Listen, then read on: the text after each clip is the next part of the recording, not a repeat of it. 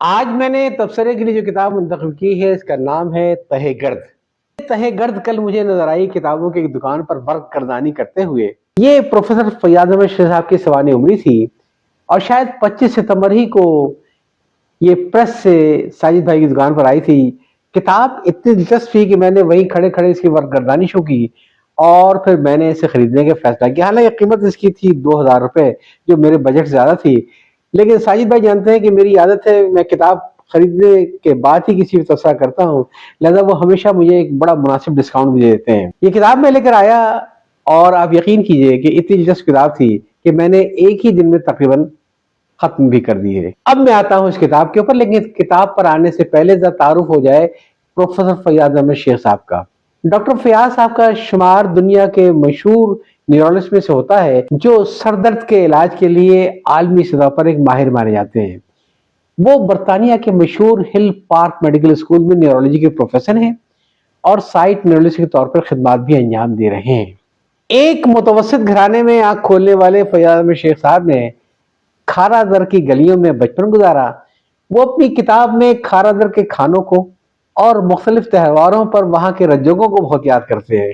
اپنے تعلیمی سفر کا آغاز انہوں نے کیا ڈی جے میں تعلیم حاصل کی اور اس کے بعد پھر وہ چلے گئے ڈاؤ میڈیکل کالج، اور اس کتاب کا سب سے دلچسپ حصہ ان کے ڈاؤ میڈیکل کالج کی یادوں کے بارے میں ہے۔ ڈاؤ میڈیکل کالج سے انہوں نے 1985 میں گریجویشن مکمل کی اور اپنی صلاحیتوں کے جوہر انہوں نے برطانیہ جا کر مزید نکھارے۔ لندن کے پرنس مارگریٹ مائگرین کلینک میں تخصص کے دوران انہوں نے سر درد کے علاج کی نئی راہیں دریافت کی جو ان کے کیریئر میں ان کی شناخت بن گئی۔ 1996 میں کنسلٹنٹ بننے کے بعد انہوں نے ایک منفرد ہیڈ ایک کلینک قائم کیا جو آج دنیا بھر میں معیاری علاج کا مرکز مانا جاتا ہے۔ سر درد کے حوالے سے ان کی خدمات کے اعتراف میں انہیں عالمی سطح پر بہت اعزازات ملے اور وہ صف اول کے ماہرین میں اب شامل ہوتے ہیں۔ ڈاکٹر صاحب کی انہی شاندار خدمات کے اعتراف میں برطانیہ کے بادشاہ چارلس نے حال ہی میں انہیں شاہی ضیافت میں مدعو کیا، جو ان کے لیے ایک بہت بڑا اعزاز تھا اور ان کی غیر معمولی محنت اور لگن کا ایک منہ بولتا ثبوت بھی۔ اچھا، پروفیسر شیخ صرف معالج ہی نہیں بلکہ ایک معلم بھی ہے۔ میڈیکل ایجوکیشن میں اعلیٰ ڈگری رکھتے ہیں، انٹرنیشنل ہیڈ ایک سوسائٹی کے ایگزیکٹو باڈی کے رکن بھی ہیں، اور اس حیثیت میں وہ عالمی سطح پر اپنی ذمہ داریاں نبھا رہے ہیں۔ ان کی اس سوانح عمری کا یہ دلچسپ نام تہ گرد تجویز کیا ان کی اہلیہ نیلوفر صاحبہ نے، جن کا کہنا یہ ہے کہ یہ نام اصل میں یاد دلاتا ہے اس حقیقت کی کہ کامیابی کی چمک تو سب کو نظر آتی ہے مگر اس کے نیچے محنت، لگن اور قربانیوں کی پوری تہ جمی ہوتی ہے۔ کتاب پڑھ کے اندازہ لگتا ہے کہ پروفیسر فیاض احمد شیخ صاحب نے اپنی زندگی کو کرکٹ کی اننگ کی طرح کھیلا ہے، جس میں انہیں دل کھول کر چھکے اور چوکے بھی مارے ہیں اور کبھی کبھی دفاعی کھیل بھی کھیلا ہے۔ ڈاکٹر صاحب بتاتے ہیں کہ دو ہی تو ان کے مشاغل ہیں جو انہیں سب سے زیادہ عزیز ہیں، ایک سر درد، دوسرا کرکٹ۔ ویسے میرا تو خیال یہ ہے کہ کرکٹ میں اور درد سر میں کوئی زیادہ فرق نہیں، لیکن ڈاکٹر صاحب بہتر جانتے ہوں گے۔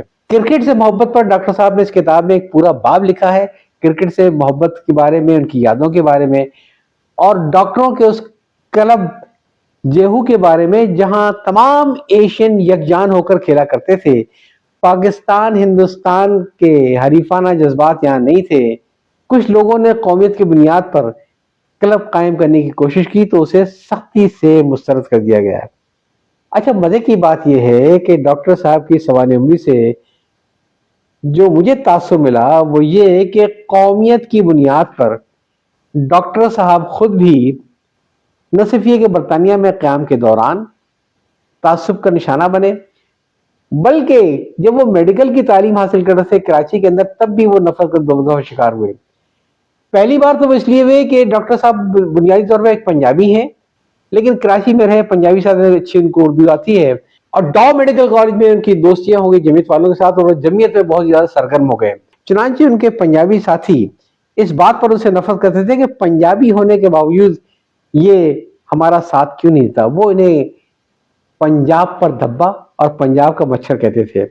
اچھا، دوسری مرتبہ ڈاکٹر صاحب کو جو نفرت کا سامنا کرنا پڑا وہ خود اسلامی جمعیت الطلبہ کا۔ ہوا کچھ یوں تھا کہ جب یہ قومیت کا زہر بہت پھیل گیا تو ایک دوستوں کی محفل میں گفتگو ہو رہی تھی، اور جو جمعیت کے جو بہاری اور مہاجر کارکن تھے وہ بہت ہی جوش و خروش کے ساتھ پنجابیوں اور پٹھانوں کو برا بھلا کہہ رہے تھے۔ ڈاکٹر صاحب چونکہ خود پنجابی تھے لہذا زیادہ دیر تک یہ برداشت نہ کر سکے اور اشتعال میں آ کے انہوں نے ایک ہاتھ جڑ دیا، جس کے بعد ایک باقاعدہ مہم کے ذریعے پوری جمعیت نے ان کو اگلے دن وہاں پہ ڈاؤ میں گھیرا، ان کی بری طریقے سے پٹائی کی، کسی کو چھڑانے نہیں دیا، ان کی ناک سے نکسیر پھوٹ پڑی۔ اور یہ وہ آخری دن تھا کہ وہ شخص جو ڈاؤ میڈیکل کالج میں جمعیت کے نعرے مارتا تھا، جمعیت کے نغمے پڑھتا تھا، وہ پھر جمعیت سے ایسا دل برداشتہ ہو کے نکلا کہ دوبارہ پھر پلٹ کے جمعیت میں نہ گیا۔ اب آتے ہیں کتاب کے اوپر۔ تہ گرد کی اہمیت کا اندازہ اس بات سے لگایا سکتا ہے کہ پاکستان کی کئی اہم ادبی اور علمی شخصیتوں نے اس پر اپنے گراں قدر تبصرے کیے ہیں جو اس کتاب میں شامل ہیں۔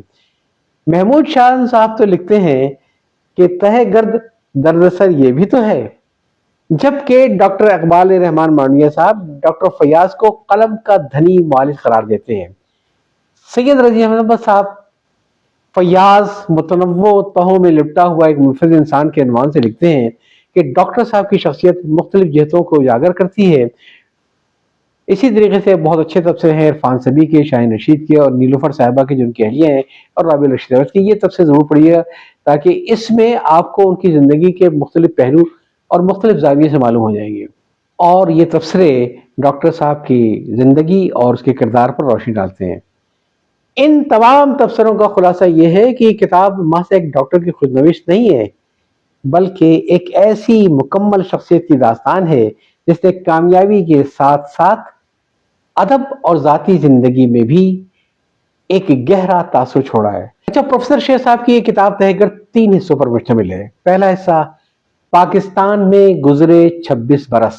اس پہلے حصے میں ہمیں کراچی کے سب سے پرانے اور گنجان آباد علاقے کھارزر کی مٹی کی خوشبو محسوس ہوتی ہے۔ ایک متوسط گھرانے میں پرورش پانے والے بچے کا شاہی خاندان کی دعوت تک پہنچنا اس سفر کی سب سے بڑی کشش ہے۔ یہ کتاب صرف نصابی کامیابیوں کی کہانی نہیں ہے، بلکہ ایک طالب علم کی سرگرمیوں کا خزانہ ہے۔ پرائمری اسکول سے ثانوی تعلیم تک کے دلچسپ واقعات، گرمیوں کی چھٹیوں کی یادیں اور کلاس 9 اور 10 کے ماحول کا تذکرہ آپ سنیں گے تو لطف ہو جائے گا۔ کیوں؟ اس لیے کہ ایک جیتی جاتی تصویر ہمیں نظر آتی ہے ایک عہد کی جو گزر چکا ہے۔ ڈی جے سائنس کالج میں داخلے کے بعد ان کی دلچسپی جوڈو کراٹے کی طرف بھی بڑھ گئی تھی، جس سے لگتا یہ ہے کہ ڈاکٹر صاحب صرف کتابی کیڑے نہیں تھے، طبیعت کے اعتبار سے وہ بہت ہی مہم جو تھے۔ ڈاؤ یونیورسٹی یعنی ڈی ایم سی کے ابتدائی ایام سب سے زیادہ دلچسپ ہیں۔ نسویے کے 3rd پوزیشن حاصل کرنے کا ذکر ہے، بلکہ وہاں کے مشہور اسٹوڈنٹ یونین کے الیکشن کا بھی ذکر ہے۔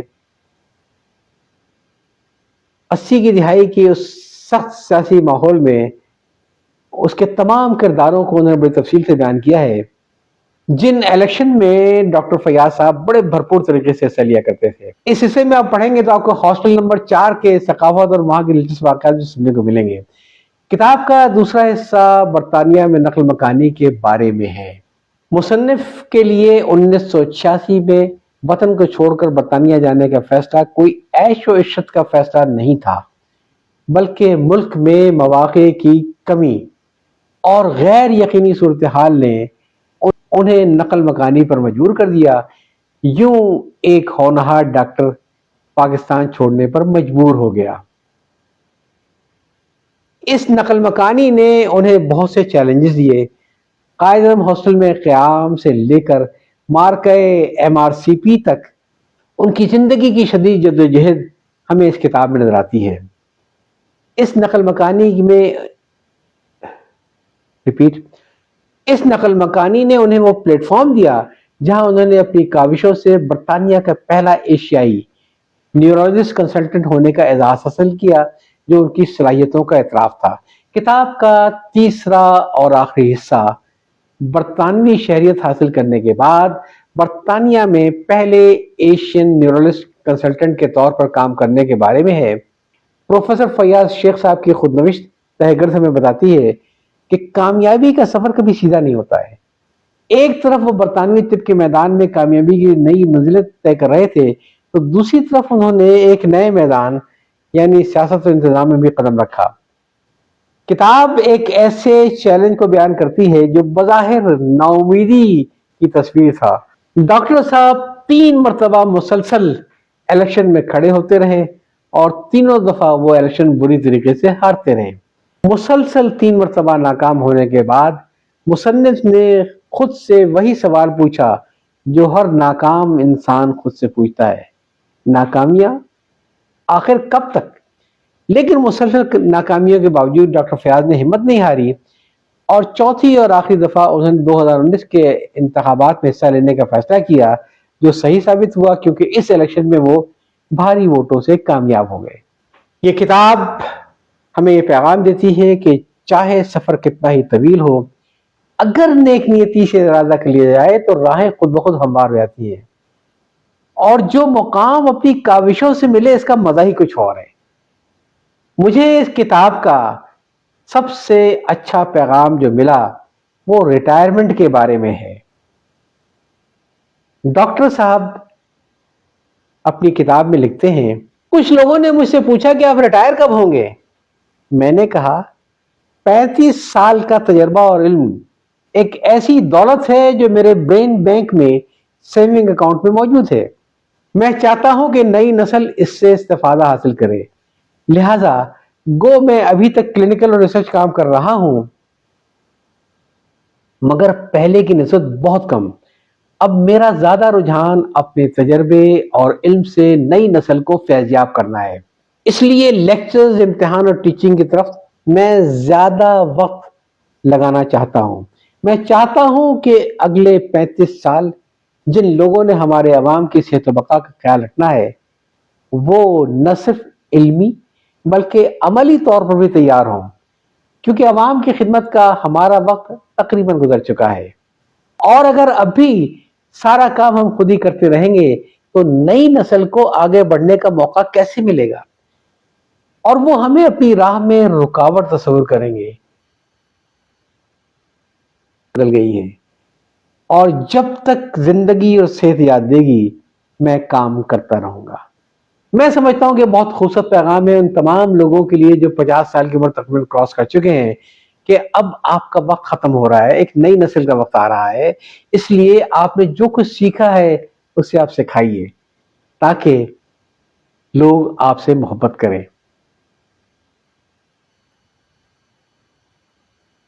آخر میں صرف اتنا کہوں گا کہ یہ کتاب ان جن کتابوں میں سے ایک ہے جو میں یہ سمجھتا ہوں کہ آپ کو خریدنی بھی چاہیے، اور خریدنے کے بعد جب آپ پڑھ لیں تو اپنے کسی باذوق دوست کو اس کو تحفے میں دے دیں تاکہ کتابیں خریدنے اور تحفے میں دینے کے کلچر کو فروغ پہنچے۔